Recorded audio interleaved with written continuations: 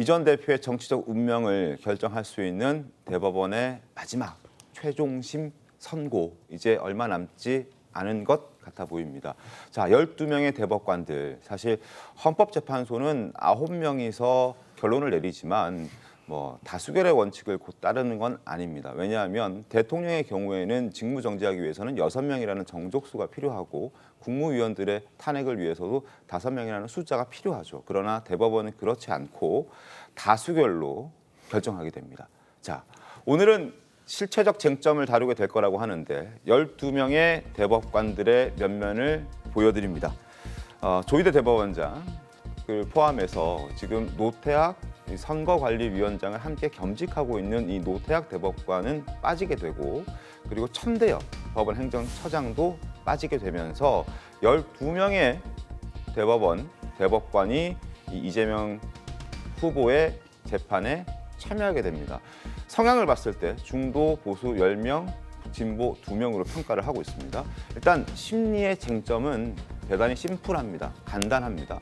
김문기 전 차장을 몰랐다는 발언, 그리고 백현동 부지 변경 당시에 국토부 협박이 있었다는 발언, 이 두 가지를 놓고 이게 사실을 발언한 것이냐 아니면 인식을 이야기한 것이냐, 이걸 두고 결론이 갈릴 예정입니다. 그리고 전망이 나오고 있습니다. 1심에서는 백현동 관련해서는 유죄가 내려졌던 반면에 2심에서는 무죄가 나오면서 지금 논란이 되고 있는 그런 상황인데, 결과가 어떻게 될까요? 자, 송구영 본장이 어떻습니까? 일단 조금 전에 우리 조 변호사님께서 1, 2심 판단이 다르기 때문에 시간이 많이 걸린다고 이야기를 했지 않습니까? 네. 그런데 이재명 대표 조금 전에 사례로 들었던 경기도지사 선거 때 허위사실 공표죄, 그것도 1, 2심이 달랐어요. 네. 1심에서는 무죄 나오고 2심에서는 유죄가 나왔습니다. 그런데 대법원에서 다시 무죄로 파기환송했죠. 그렇죠. 그것도 1, 2심이 달랐지만은 한 달 만에 심리 한 번 하고 끝냈어요. 그렇기 때문에 충분히 그동안 심리를 많이 해왔고 정언들도 있기 때문에 신속히 결정을 내릴 가능성이 높은데, 민주당에서 마치 예단을 하는 것 같아요.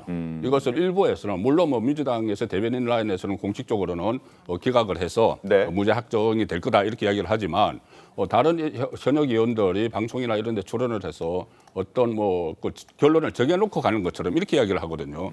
마치 그러니까 기각이 아니고 유죄 취재 파기환송을 하려고 하는 것 아니냐, 이렇게 음모론까지 나오고 있지 않습니까? 그런데 좀 조금 전에 판사들 보셨지만은 12명이 각기 다 판결을 합니다. 그렇죠. 그 투표처럼 해요. 네. 그때 이재명 대표가 그 선거법, 경기도지사 그때 선거법에서 대법원에서 무죄 받을 때도 5대5까지 갔어요. 5대5까지 갔다가 그다음에 가장 최고 차민 권순일 대법관이 이것을 무죄 쪽으로 표를 줬고, 그다음에 대법원장은 다수결의 표를 얹어주기 때문에 네. 그때 7대5가 나왔거든요. 그렇죠. 이 상황이 지금 어떻게 될지 몰라요. 어떻게 될지 모르는데, 그러니까 내용을 지금 따질 게 아니고 내용은 네. 대법관들이 하는 거고, 시기를 따져야 되는데, 시기는 이게 대선이 끝난 후에 만약에 대법원까지 남아있으면 엄청난 혼란이 일어나기 때문에 그 전에 정리해 주는 게 맞다는 이야기죠. 그 전에 정리해 주고 결론은 지금 어떻게 나올지 모르는 상황이고, 그것을 대법관들에게 맡겨야 되는 그 상황이라고 저는 봅니다. 김상희 평론가는 어떻게 보십니까? 글쎄요, 저도 이것 때문에 어젯밤 굉장히 고민을 많이 했어요. 잠을 못 주무셨습니까? 네. 이게 사법 자율이냐, 사법 자제냐 이건데요. 자율이나 자제냐. 네. 그래서 이게 사실 우리는 민주주의의 꽃이라는 게 선거예요. 네. 그래서 민주주의의 그 꽃이라는 선거가 민주주의에서는 가장 중요한 겁니다. 네. 그래서 선거에 어떤 영향을 줄 것이냐가 되게 중요한데, 그렇죠. 이게 만약에 사건의 초기 단계라면, 네. 초기 단계라면 사법 자제가 맞겠죠, 그죠? 근데 이게 거의 결론 단계라면 제가 볼 때는 이게 다른 법도 아니고 공직선거법 위반이란 말이에요. 선거와 네. 관련된 겁니다. 그러면 앞으로의 선거에 있어서도 기준이 되는 최종심 판결이라는 거예요. 네.